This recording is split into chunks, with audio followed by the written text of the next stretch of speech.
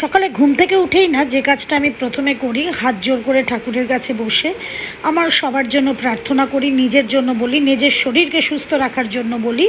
তো সেই কাজটা অ্যাজ ইউজুয়াল আজকেও সকালে উঠে তাই করছি। আমার মেয়ে, আমার ফ্যামিলি, আমার বাবা মা সবাই যাতে ভালো থাকে সেটাই করছি। তো সেটা করে আমি, এটা ডেলিকার কাজ আমার করে তারপরে আমি নেমে দেখলাম যে মায়ের অলমোস্ট সব কাজ হয়ে গেছে। মা আমার জন্য চাও বসিয়ে দিয়েছে, হেলথ ড্রিঙ্কও রেডি হয়ে গেছে।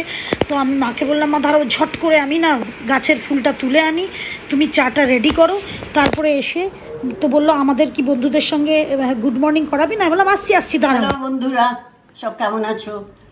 আমি খুব ভালো আছি। হ্যাঁ, ভীষণ গরম, সেই জন্য তাড়াতাড়ি করে উঠে সব কাজ সেরে বসে পড়েছি। এখন পাখার তলায় বসে থাকবো, আর কোনো কথা নেই ভাই। গরমে আর কিছু বলতে পারছি না। তোমরা সবাই গরমে ভালো থেকো, বেশি করে জল খেও। আমিও বেশি করে জল খাচ্ছি। আজকে কি খাবে? জল খাবার কি খাবে? আজকে জল খাবার এই গরমে কিছু ভালো লাগছে না রে। একটু ভাবছি যে ওই মুড়ি খাবো, জল দিয়ে চিনি দিয়ে। নাকি মুড়ি ছাতু খাবে? বাবাকে মুড়ি ছাতু দেবো। বাবা মুড়ি চিনি দিয়ে খুব বেশি ভালোবাসে না। আমি একটু জল চিনি মুড়ি খাবো, শরীরও ঠান্ডা হবে, গরমে একটু কম লাগবে মনে হয়। হ্যাঁ, গরম পড়েছে, কিছুই ভালো লাগছে না। হ্যাঁ, এখন তোমরা কেমন আছো? তোমরা ভালো থাকো, গরমটা কম লাগে সেরকম ব্যবস্থা করো। হ্যাঁ, আর কিছু না, ঠিক আছে, আমি চলি। মায়েদের চা খাচ্ছে। মায়েদের কিছু বলবে? মায়েদের কিছু বলবে? কি বলবো, চা খাচ্ছি তো, গরমে চা খাচ্ছি। বিস্কুট নিয়েছো? হ্যাঁ, নিয়েছি।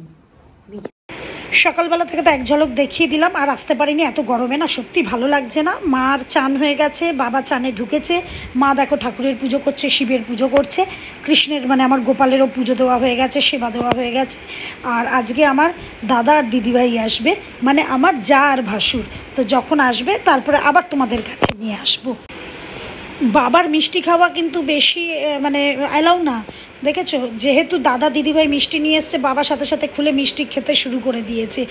মানে আগে কিন্তু বাবা এত মিষ্টির পোকা ছিল না, এই অসুখ থেকে ওঠার পর থেকে দেখছি বাবা খুব মিষ্টির প্রতি বাবার মানে ইয়েটা বেড়েছে, আকর্ষণটা বেড়েছে। তো যাই হোক, দাদা দিদিভাইকে ঘরে এসি চালিয়ে দিয়ে ওদেরকে খেতে দিয়েছি। আমি বলেছি রাত্রিবেলা এখান থেকেই খেয়ে যাবে।